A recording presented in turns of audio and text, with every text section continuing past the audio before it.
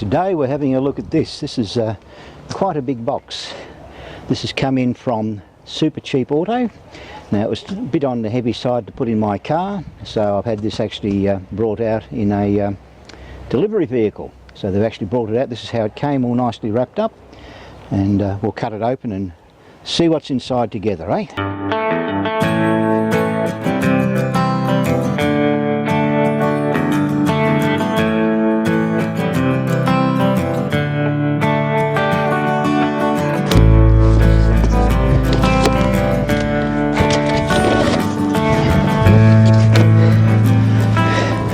Bring the camera over so you can see how it's packed.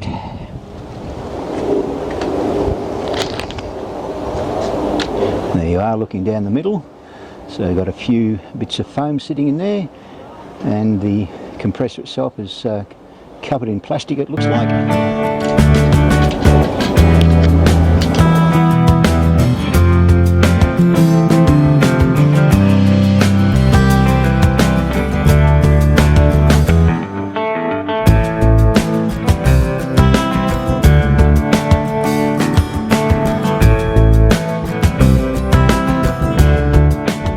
There's a better shot of the compressor itself, and this is what comes inside the box. So you've got a couple of wheels and a handle, and of course the instructions. So I'll assemble it and we'll come back and have a good look at it shortly. You can also use it for sanders, impact wrenches, air hammer gun. You can use it as an engine cleaning gun. And as I said earlier, most spray guns will fit as well. And it does have a bit of a caveat on it. Any air tool that exceeds 185 litres per minute, it's not recommended to use with this particular compressor. With any air compressing tool, it's recommended to follow the air compression duty cycle, 75% of the actual compressor capability, and especially when doing spray painting. Now, this motor here is 240 volts AC, runs at 50 megahertz. The motor itself is drawing 1,975 watts. It's when the machine itself is not, obviously in use and you're pumping air through to your tools, it idles at 850 RPM, and when you sort of thumping it away a bit and you're actually really giving it the heaps, maximum is 185 litres per minute. Now the tank size down here, that's a 40 litre tank, so it can certainly hold a couple of seconds of spray or whatever you're doing at the time. And the pump, as I say, is all oil filled, so the pump is over this area here, I should say. So I'm kind of looking forward to pulling this apart. I'm going to take the instructions inside, have a good read of it first. Once I've read the instructions, I'll then come out and we'll run it and have a good look at it.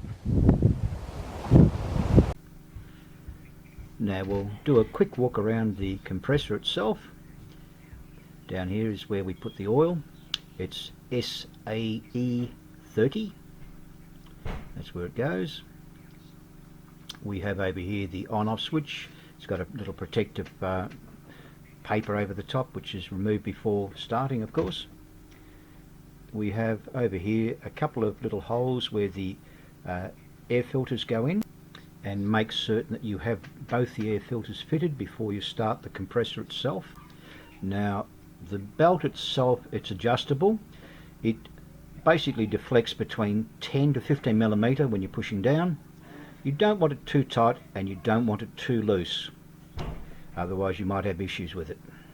Now moving to the front here, we have when we look down on it, two little air outlet connectors, and very, very handy to so you can have two different devices connected at the same time.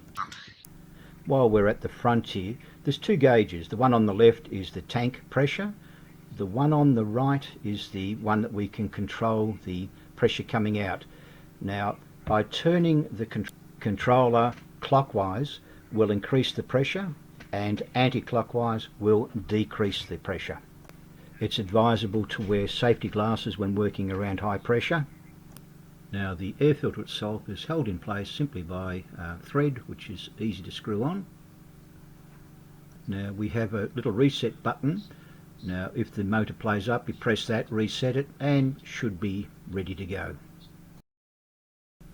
It's important to remember too that the lead itself is designed to be plugged direct into the wall, not into a power board. You may do damage to the actual motor if you do that. Now we have maintenance we have to remember. Filters, oil, belts. Filters last about 50 hours, then they need to be replaced. The oil goes in here. It needs to be replaced about every 50 hours.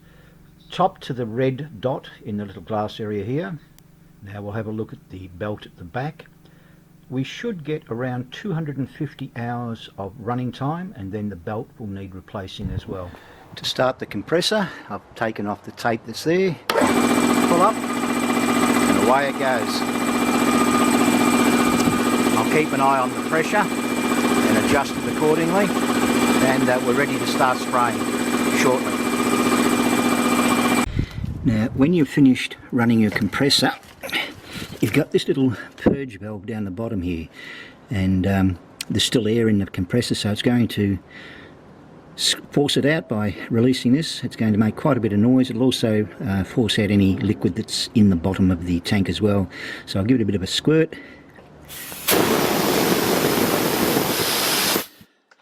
And I'll stop that because it's a bit noisy for the camera.